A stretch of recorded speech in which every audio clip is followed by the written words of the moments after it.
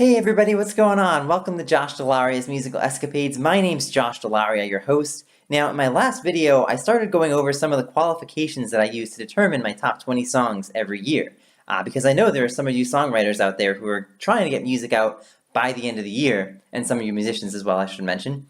And I want you guys to be able to make it the absolute best that you can, so that you have the absolute best opportunity of making the top 20, no matter who you are. And if you guys haven't seen that video, I have it linked down in the description below, so you guys can go check it out whenever you have a moment. So in that first video, I brought up that I have two kind of main standards, or main broad sets of standards, and those could be qualified into songwriting and execution. So in that first video, I talked a lot more about the songwriting side. Now I'm going to talk about the execution side, so that y'all can nail your songs like they're meant to be nailed. Alright, the first part of this I have is phrasing. Now, you're going to remember me saying this in the songwriting video, that I mentioned this as a songwriting tactic.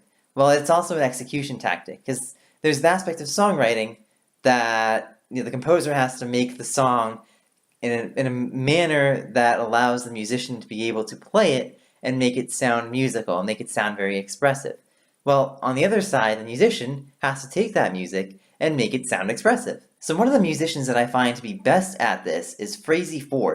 Now, I'm going to play a cut from her song September Fields, and just listen to kind of how she approaches and leaves pretty much every note that she sings.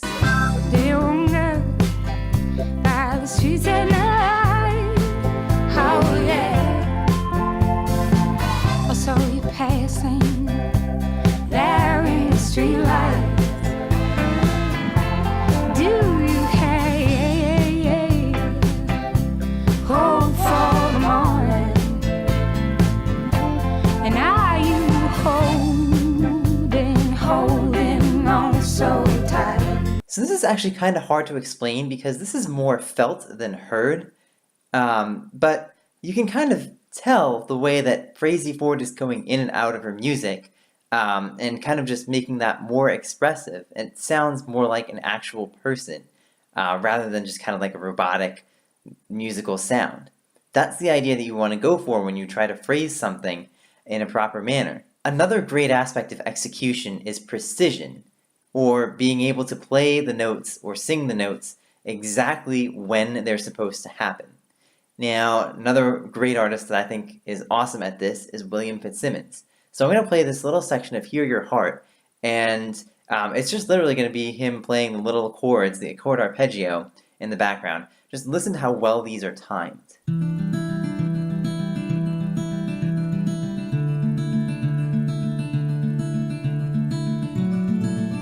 Every single note of that arpeggio is played at the exact intended time and in the exact intended manner.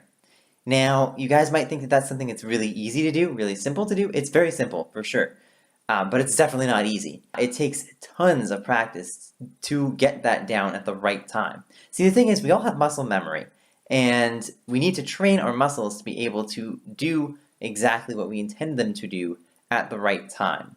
I'm going to play you guys another example, this one from Big Big Train, and I'm going to play a complete stop in here, but I do want you to pay attention to the stop and how well that's timed, but I also want you to pay attention to how well the rest of the notes are timed in playing this too.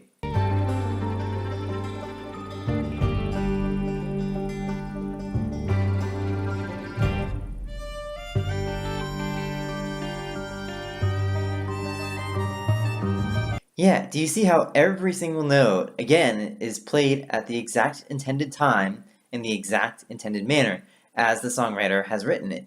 So that's the idea that you're trying to come up with. The thing is, it's not easy to do that because you have to get your fingers in the right spot at the exact right time. And doing that takes a lot of repetition. Getting that to muscle memory takes as many repetitions as you can imagine, times probably about 3,000. In my opinion, if anybody can get songs down to that point for the recording, then I'm well aware that they've put in hours upon hours upon hours of practice, and it's really impressive to me. So to go along with that, I think timing is also very important, and I'm going to play you an example here from Abigail's Ghost of what I think is amazing timing. So they're coming off a they're coming off measures of 6/4 that they had been playing as their bridge, and they're going into a solo, which is actually in 5/4 meter. So the time signature is going to change here. So watch how they handle this.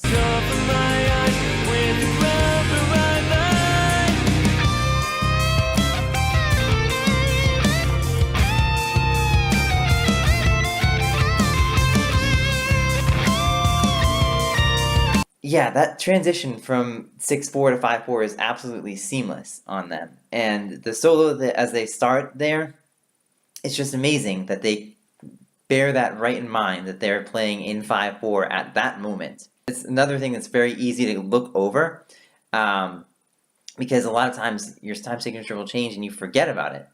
And then you have to go back and redo everything, and that's not exactly the most fun thing to do. And if you leave the mistake hanging in there, then a well-trained ear like mine is going to recognize that and realize that you kind of didn't execute that properly. You know, it probably would have been better for you to spend more time practicing that. So those three things are pretty much musts in a song for execution. Now there are a couple of other things that you can do that would probably make your song better if you can do them, if they are proper for the song.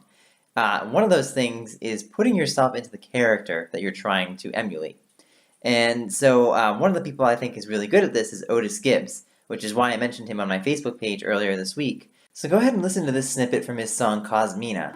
A child stood before me as a valley spread out below. Hungry, helpless, and walking the mountain road alone.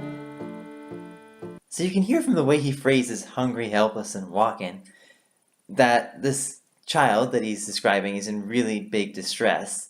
And you can obviously tell that he's been impoverished as you listen to the rest of the song.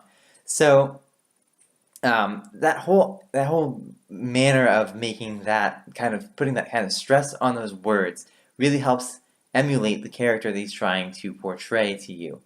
And so if you're talking about a specific person or trying to impress a certain character's personality on your listener, that's a really good way to do it.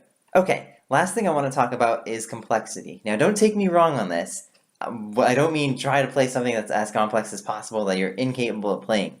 What I mean is to try to play something that's as complex as you're capable of playing. And so, if you try to play something that's really complex that you're not able to handle or digest by the time you go to record, it's going to sound terrible. It's going to sound wonky. It's going to sound like you don't know what you're doing. But I think there's also benefit in taking risk and trying to grow yourself as a musician. So playing something that's really simple might be a little bit too safe.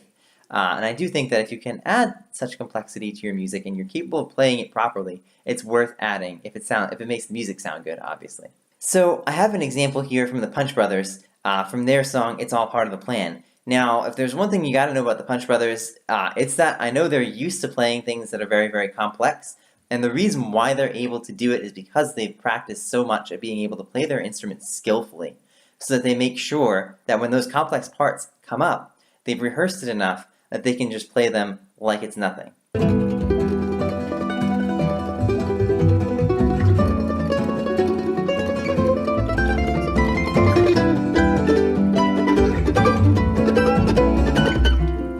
So the thing about that is that there's just so much going on with the instruments that they have so much to focus on in that span of time, and it's really, really hard to do. And so obviously it takes a lot of rehearsal, as I mentioned, and the ability to do that just takes so much practice that I know that the musicians, in order to make it sound the way it sounds, they put that amount of practice into their music to do that. Okay, I have one last tip for you guys, and that is to write about what you can relate to, and also you can relate to others. And so what I mean by that is that you don't necessarily want to talk about something that everybody knows something about, because then everybody's going to listen to it and think, oh, well, I already know about this. This is kind of boring.